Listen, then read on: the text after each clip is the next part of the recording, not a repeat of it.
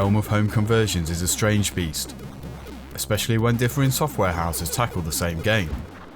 Soldier of Light is the perfect example. Similarities run through both the Amiga and C64 ports, but the amount of original content that makes it in, how that's interpreted and iterated on, makes for some subtle but important differences on how each one plays. Playing as Xain, an armour-clad jet boot-packing warrior, you are ordered by the Galactic High Command to take out various groups of enemies who have infiltrated the Federation.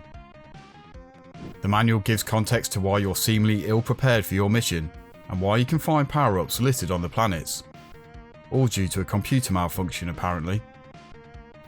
How convenient. Your exosuit has a very limited supply of oxygen, meaning you'll have to hurtle full throttle into each planet to bring your own brand of space genocide to the alien threat. The directive from High Command signs off with, "Good luck, Xain, you'll need it." Never has truer words been spoken. Boosting our way into the Amiga version, in terms of graphics, it's a fair representation of the 1986 arcade, albeit with the vibrancy of the colours muted somewhat, giving it a grey hue in many areas.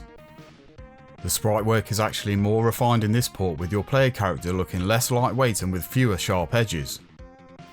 The drawback to looking hunkier is that you become a bigger area to hit, and you will get hit. A lot. As Xain scrambles around the environments with his spaghetti legs, the scrolling both horizontally and vertically moves evenly, tracking your movements and always keeping you in centre frame as it moves along at a fair pace. Enemy sprite work is generally bland, with most coming in the form of variations of the base grunts, including pilots and those with jetpacks. It's all very adequate, and this carries over into the C64 version. It also looks like Xain's carried over a little weight into the 8-bit port. Animation cycles understandably have a few less frames, but the solid block colour backgrounds provide contrast, allowing the player to clearly navigate the sometimes crowded play space. This only becomes a slight problem during the jungle level, where things become a bit indistinct, making it hard to see elements like floor hazards.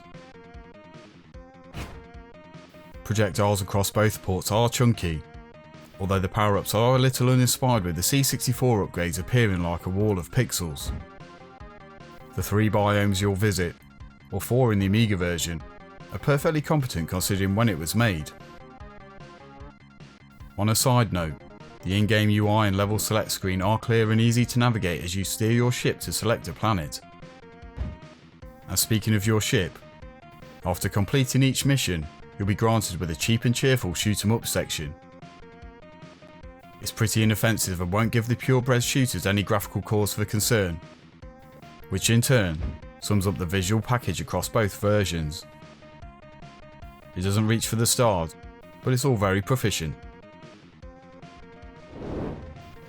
Firing up the Amiga audio first, the title tune is sprightly and catchy, but the loops sound terribly awkward as it jumps into the high score menu. This sets the tone for the rest of the port, where decent tunes get buried by the subpar sound effects work. The in-game mix on the Amiga seems off, with the music seeming very quiet compared to the overbearing projectile noise and explosions. Some extra time at the mixing desk appears to have been needed in order to add some audio finesse.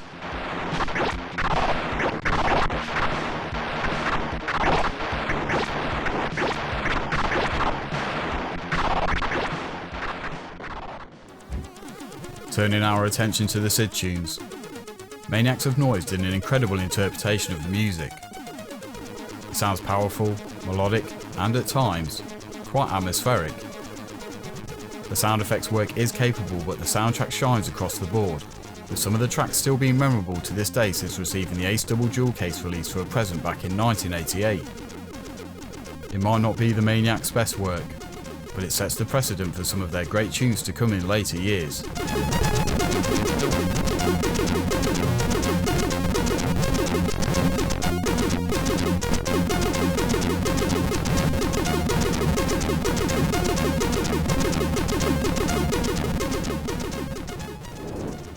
While there are some understandable graphical and musical differences between the 8 and 16-bit versions, there's some slight divergence in gameplay mechanics that make Soldier of Light feel quite different to play, depending on your system of choice. There are subtleties to player movement in the C64 port, even when compared to the arcade, which aren't present on the Amiga, that makes the game a lot more playable.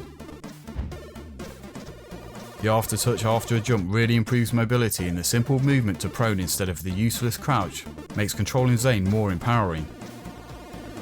However, both suffer from severely truncated content when compared to the original, with only 3 levels present on the C64 and 4 on the Amiga. In order to make up for this short runtime, the difficulty on both versions is unforgiving from the off. Constantly respawning enemies show no remorse as they rush towards you like a fat man at a buffet. As you can tackle the 3 planets in any order you choose, the extra world on the Amiga opens up after completing all those originally available. There is no gradual easing for the player, being tough as nails across them all. It's quite easy to be taken aback by this, but learning enemy pathing, having quick reactions and constantly moving forward, for the most part, is the best tactic. Once you've mastered the art of not dying repeatedly, you'll then be faced with overcoming the strict time limit. It will be touch and go for the most part, and it's extremely frustrating to make it all the way to the boss to be told you've run out of time. Thankfully, there is a checkpoint system if you make it to the halfway mark, but it feels like a kick in the bollocks all the same. The Amiga version feels the most unfair, with the shoot 'em up sections and an especially cruel mistress. Your ship is larger and lacks the mobility of that found in its C64 sibling, making these main gameplay interludes the most frustrating of all. The attack waves are so arbitrary it becomes a case of pure trial and error, with no room for the slightest mistake. Coupled with some wildly unpredictable collision detection, the 8-bit version feels like a walk in the park. Across both systems, the shooting feels weighty and the light platforming sections do feel responsive. Although the lack of aftertouch on the Amiga is sorely missed as you plunge downwards into a horde of alien executioners. As such, the C64 version definitely edges out its better looking brother just by making some small gameplay tweaks. C64 and Amiga reviewers gave Soldier of Light relatively average scores across the board. The game does have some serious balancing issues, but for those who aren't faint of heart, will find a meaty challenge underneath. Soldier of Light pulls the age-old trick of substituting content for difficulty, initially making it a frustrating experience for the casual and hardcore alike. The great soundtrack, especially on the C64 version, does ramp up the title's likability though. Some gameplay adjustments and extra content could have really put this on the map, but taking it for what it is, Soldier of Light is an average but extremely unbalanced shooter that ends too abruptly. If you have the patience of a saint, it's worth a shot.